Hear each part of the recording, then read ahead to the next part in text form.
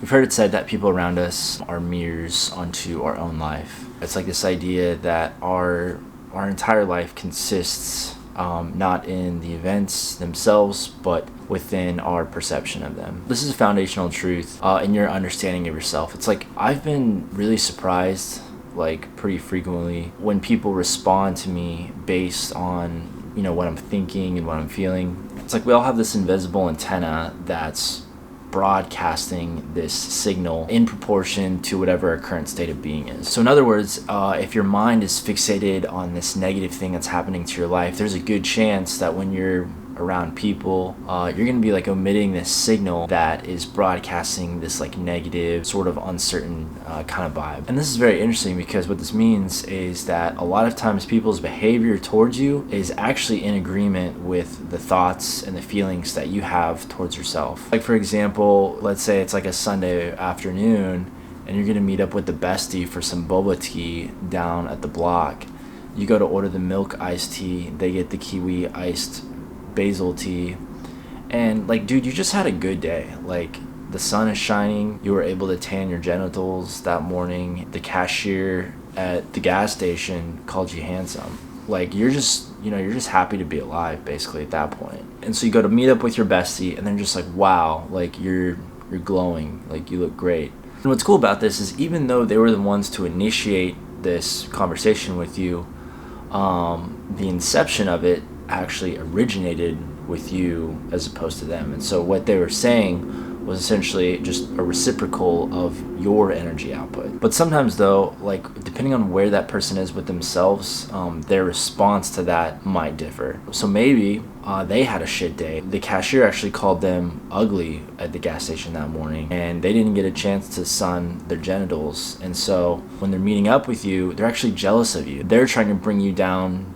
to their frequency, not matching yours. Whichever way you spin it though, it's like their gesture is still in response to the signal that you're broadcasting. It's just the manifestation of their response might differ. And this is exactly why you need supportive people in your life, people that are going to cheerlead you and that want to see you win. And how much more important is it that your romantic partner is somebody that has that same sort of mindset as you? And it's a linear graph when it comes to your perceived worth and the quality of relationships that you have, right?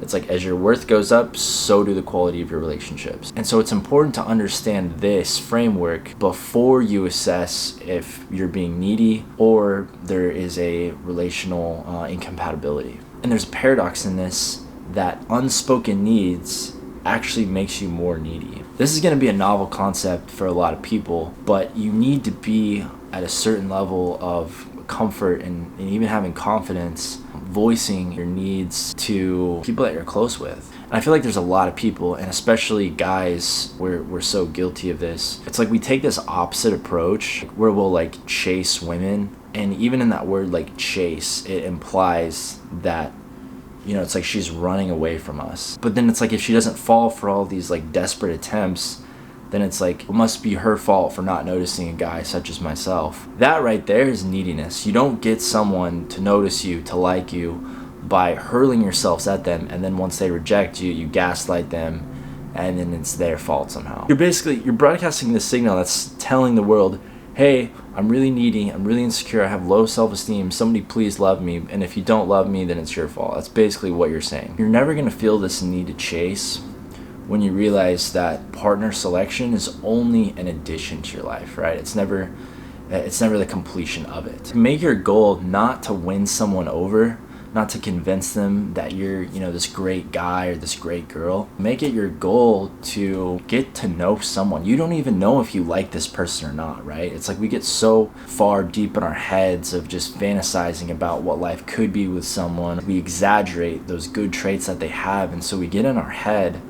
And I think that is when we're hurt because of our own expectations. It's like how do you get to know someone if you just skip this step entirely? And if you do, your values are superficial. I remember when I was like with my ex when I was like 20, and I would have this like crippling anxiety that I wouldn't be able to keep her, that she was out cheating on me. I had this like notion that I like had to win her over. I had to like convince her, that I was the best guy for her and all these things. So I would have this like really smothering behavior that basically just made her want to run. and then I would like chase her even more and more, and some of that emotional unavailability that she like started to have because of that like excited me more in this like weird toxic way. I never really asked myself the question, it's like, is this person good for me? Is this relationship good for my mental health? I was so concerned with winning her over that I failed to look at if my own needs were being met, or even assessing like, okay, is this somebody that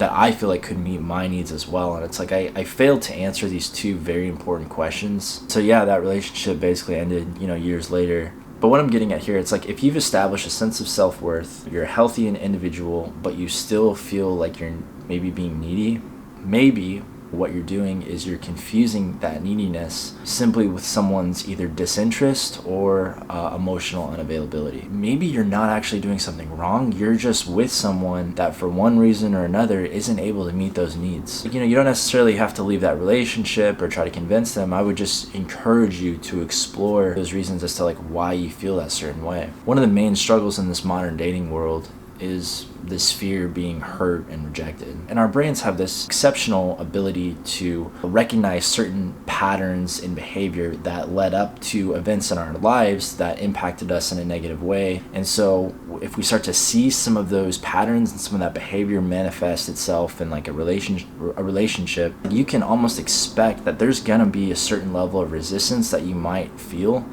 towards your efforts to get to know them, when in reality it's just a defense mechanism. And there's no reason to have this guard up like when you're first getting to know someone in a relationship, but as soon as there's like more of an emotional investment that is becoming like more and more required as you guys get to know each other more, a lot of the times like that trauma or that hurt from the past will manifest itself by one person taking steps back, and then that other person like trying to go forward, like, oh my gosh, like, no, it's okay. And so you don't always recognize that in the beginning. This is just one of those things of like this is intimacy, this is love. Like it's a pursuing, but sometimes it's messy because you realize like how messed up we actually are. And so I think at the end of the day, it's like you just have to decide for yourself, like, kind of live with this. But I want to reiterate, what you don't want to do is internalize that resistance and then begin to doubt your own feelings of love and self-worth. So anyways, guys, that's all I got. Hope this video helps. Till next time.